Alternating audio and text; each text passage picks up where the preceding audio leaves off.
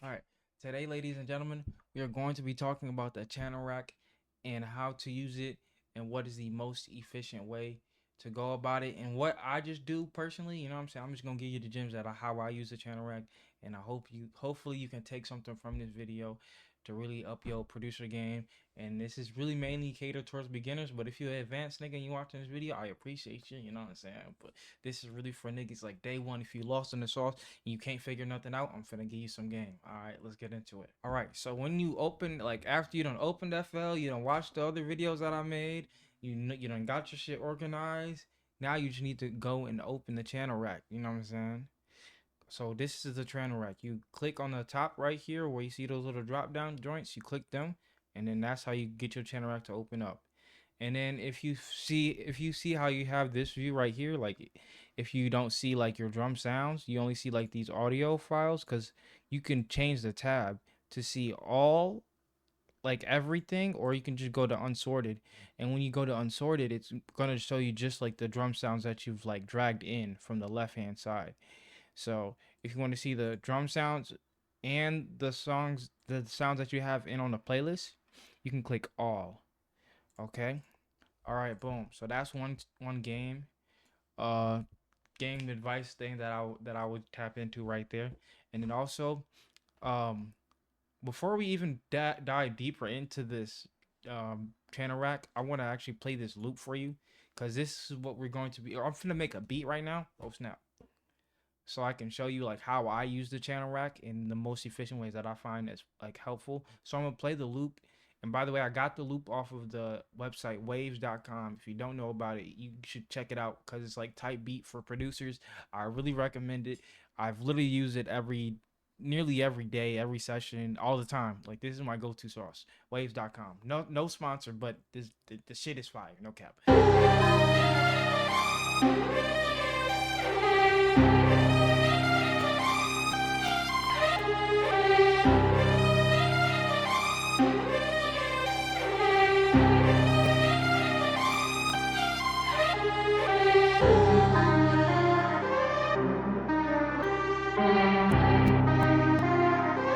Okay, that's the loop. I'm thinking about before we like dive deeper into the channel rack, I want to like maybe up the tempo on it because it is kind of slow, but I like the bounce of it. So I might we're gonna put it in stretch mode.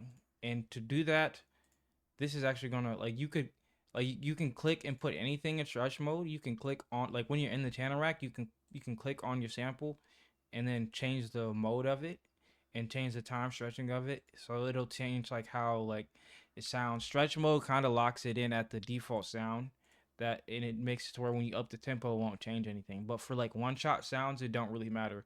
But for shit that has like that's playing like chords or something like a long sample, not like something that's really short and sweet and that's one sound, it matters for the longer sounds, not the short sounds. So that's the main gem takeaway from there. The the the the the pitch mode and the time stretching mode matters when you're going to when it's a bigger like longer sound, not like a one shot. Okay, when it's a sample and not a one shot sound. Okay, remember that. Make sure you write that down. Do what you got to do. Okay. So and also to get into that menu to see this right here, I don't even know what they call this, but we're gonna call it the freaking I don't even know what they call this. We're gonna call this the manipulation window to manipulate your sample. You know what I'm saying? It really like make it right. You know what I'm saying? Give it that little seasoning. You feel me? So to get into here, all you got to do is double click on your sample or double click on your sound in the channel rack. Oops. Double click on your sound or click one time on the sound. I thought it was double click. Cause this shit, like, I'm gonna be honest, bro. A lot of this shit for me is like it's muscle memory because I've done this time and time again. I've been making beats on FL for about kind of 5 years. Yeah, pretty much. Yeah, we have 5 years right now. So like it's a lot of reps that took me to get to this point. So I'm really just trying to explain everything that I can think of that I would do on the fly and also give new game at the same time. So another new gem I'm gonna actually put you on. I don't personally use this feature a lot, to be honest. I don't even use it at all. But sometimes I'll go in there to look at it. It's like right here at the drop. It's called the I think it's called the graph editor. Yep. So in here you can adjust the velocity of the notes. So like this is, I have a clap in here. If I want to have the clap hit softer, I can click it in like that. And if I want to do the same thing for this, I could do that too. But I just click Control Z to reset it because I don't want it to hit like that. But you can also do that from within the piano roll. So that's why I don't personally do it on the graph editor. There's a loop mode. Like when you get into the piano, into the pattern, it'll always automatically look, it'll automatically be this short. Like it'll be super short.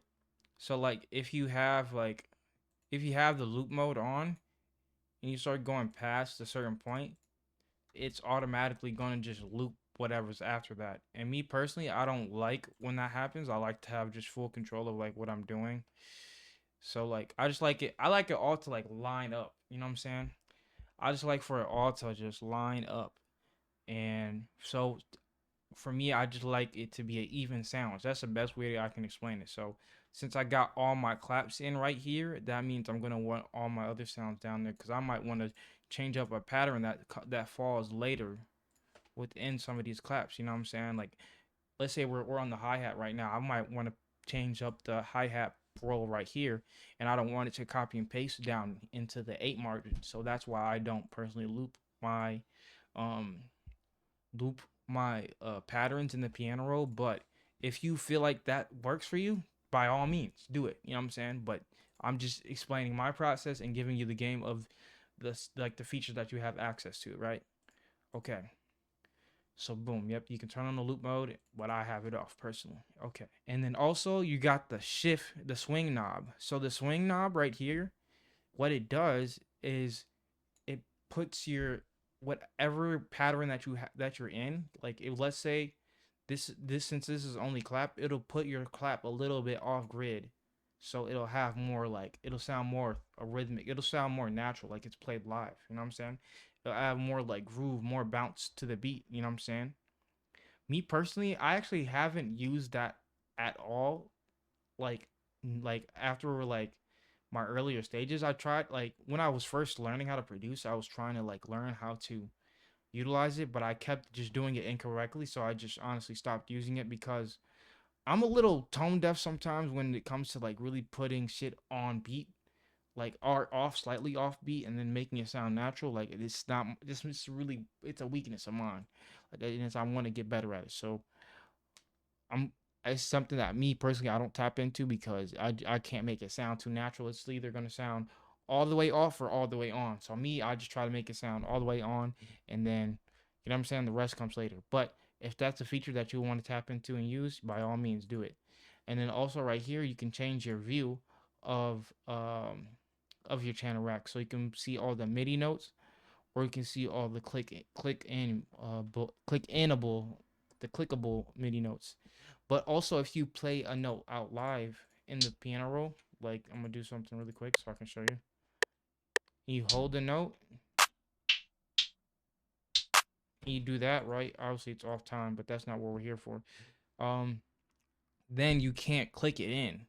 So that's another reason why, me personally, I don't like to always like for my 808s. I just like to, I'll click them in I'll click them in, and then I also I right click on my 808 and I cut itself. Because if you don't do that to your 808, I'm giving you a lot of game right now. But if you don't do that to your 808, if you don't make the 808 cut itself, it's gonna bleed in more into the next sound. Cause it's not, it's how do I explain? It's not going. It is, since the reason why it's going to bleed into the next sound not as much instead of fully. Because before, look, I'm gonna just show you. I can literally show you better than I can explain it. Because listen to this, they're gonna sound super like congested. You heard that? How the second one, second one went into the third one. I'm gonna play 4 out really fast so you can hear them. Hear how they kind of bled into each other. Now listen to them when we put a cut itself on. I hope you can hear the difference. I'm gonna do it one more time. You hear how that sounds different from this?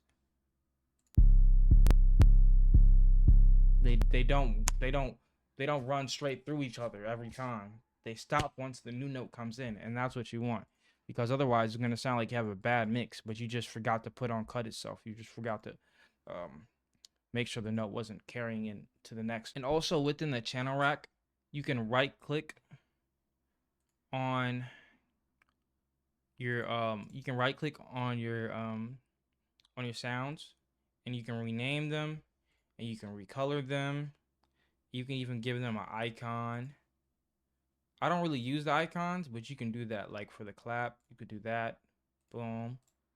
And then with your hi-hats, you can go put like a little hat in there. Where's the hats? I'm gonna see if we can find it. Oh, nope. I actually gotta find it myself.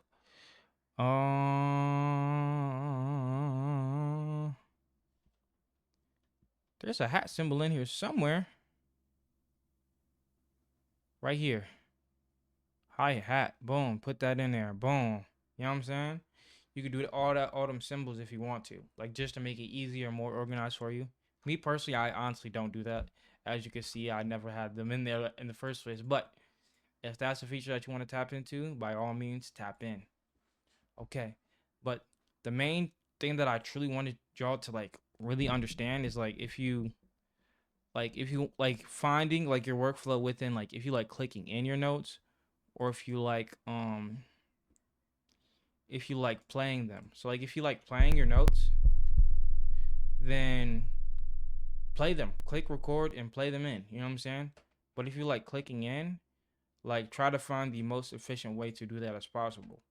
For me, I find the most efficient way I can click in my notes, mainly for my 808s, is if I make sure that my 808 notes can be seen as a one tick when I'm looking at the channel rack view. Because if I make these 808 notes long by clicking Control L in the piano roll, by clicking Control L in the piano roll, I make those notes long. Then I can't see my 808 note tick in the channel rack view, like how the clap is. So that's for me. That's why it is really important for me to make sure that my 808 notes are just drawn in and laid down like this. Because then I can still see them and I can see the visual of how much it's like, how much my 808s might be clouding up my melody. You know what I'm saying? Depending on the other drum sounds that I'm laying down in here. Because I lay down my a lot of my percussion sounds that I might add in there, or my snares, in the same way like this. And then after that, I'll copy and paste them over in the piano roll. But yep, that's how you do that, right? So now I'm actually finna tap into this and just really give y'all the spiel of like, really like, now we're finna really make the beat. And I'm gonna show y'all, I'm gonna explain anything that I'm doing in the moment. We're gonna do like a live com. Okay. So we're gonna play the loop. Yup. Okay. So I was already on my template, right? So I load right into this template. So now I'm gonna put my hi-hats down just to get some bounce going. And to do that, how I just laid my hi-hats down like that so fast, all I did was right click on the hi-hats, and then I did fill every 2-step. And then after that, you got your hi-hats. And it's just to get some bounce. I'm finna lay down my open hat. So yep, I'll do that, and then I drop the velocity down a little bit so it can be underneath the hi-hats and the clap, and then I copy and paste that over. Oh snap.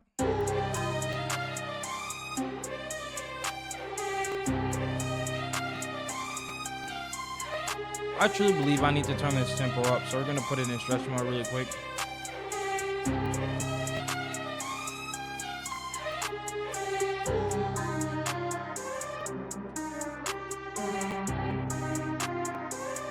I think maybe 14.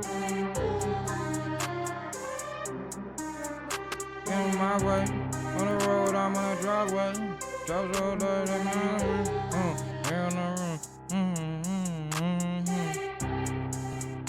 okay. Yep, and I just copied and pasted the pattern over one more time, right there. And now I'm finna lay down the 808s.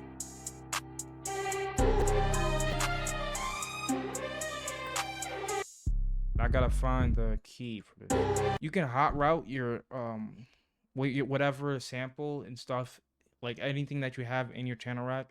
You can hot route it to your mixer track, and I'm finna show you how to do that right now. So this is a sample that we're working on today right here. This is it.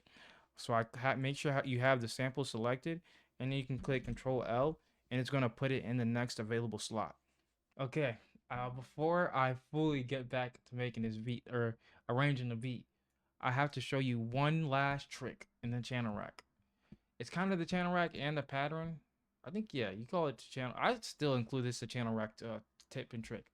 So to actually get all of your sounds split up and not stuck into one pattern, you click on your patterns over here and you right click on them and you click split by channel, and now all your sounds are going to be split up.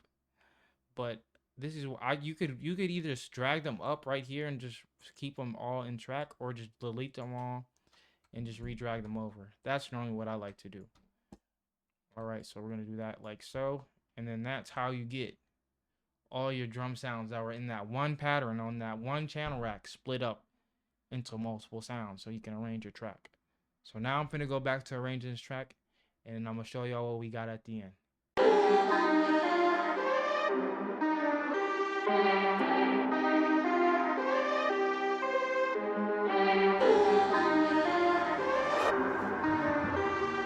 Is that say on the road?